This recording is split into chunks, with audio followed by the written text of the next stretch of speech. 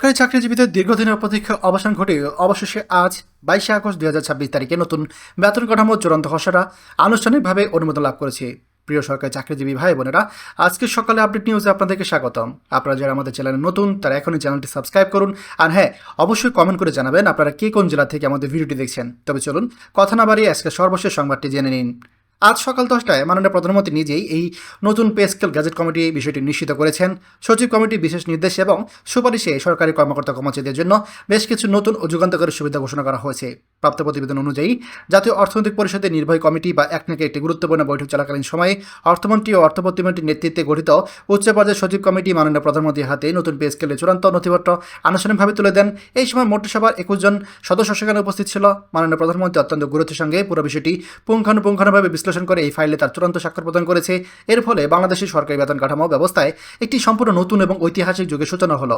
সরকার পূর্ব নির্ধারিত সিদ্ধান্ত অনুযায়ী আগামী 27শে আগস্ট দেশব্যাপী গ্যাজেট আকারে এই প্রজ্ঞাপন আনুষ্ঠানিকভাবে জারি করা হবে এবং সরকারি নির্দেশনা মোতাবেক চলতি মাস থেকে এই নতুন বেতন কাঠামো মাঠ পর্যায়ে বাস্তবায়ন শুরু হবে।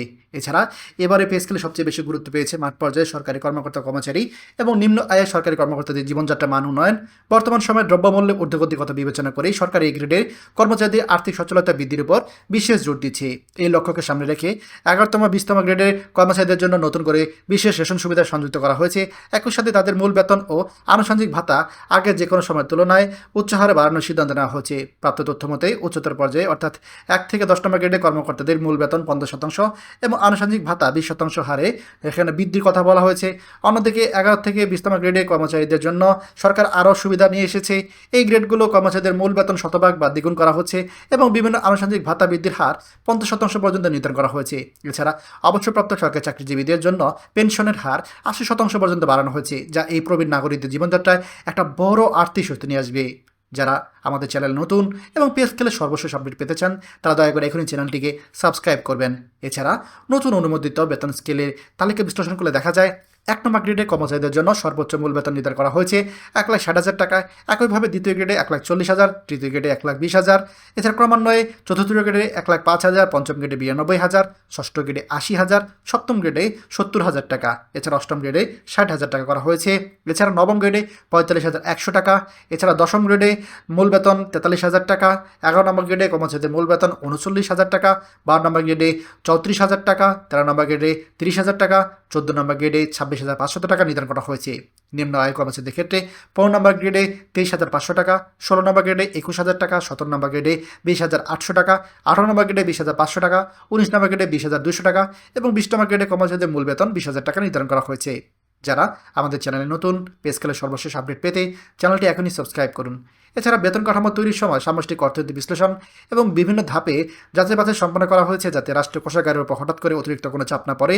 পুরো বাজেট বা রাজকোষের ভারসাম্য বজায় রাখতে সরকার এই পে স্কেল বাস্তবায়নের ক্ষেত্রে দুটি সুনির্দিষ্ট চাপ অনুসরণ করবে। প্রথম ধাপে চলতি জুলাই মাস থেকে সকল গ্রেডের কর্মকর্তা কর্মচারীদের শতভাগ মূল বেতন বা বেসিক কার্যকর করা হবে। আগস্ট মাসে বেতন থেকে এই বর্ধিত টাকা সরাসরি চাকরিজীবীদের ব্যাংক অ্যাকাউন্টে জমা হবে। দ্বিতীয় ধাপে অর্থাৎ আগামী অর্থ বছর থেকে বাকি সকল প্রকার আনুষঙ্গিক ভাতা ও বর্ধিত সুযোগ সুবিধা পরিপূর্ণ চালু করা হবে। সরকারের কৌশলগত ও দূরদর্শী সিদ্ধান্তের ফলে দেশের সার্বিক আর্থিক ভারসাম্য বজায় থাকবে।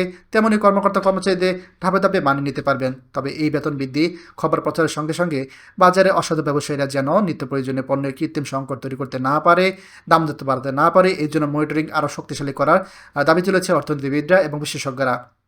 সরকারি প্রশাসনের সার্বিক কাজে স্বচ্ছতা নিশ্চিত করার পাশাপাশি সাধারণ মানুষের দৈনন্দিন জীবনে স্বস্তি বজায় রাখাই সরকারের অন্যতম প্রধান লক্ষ্য।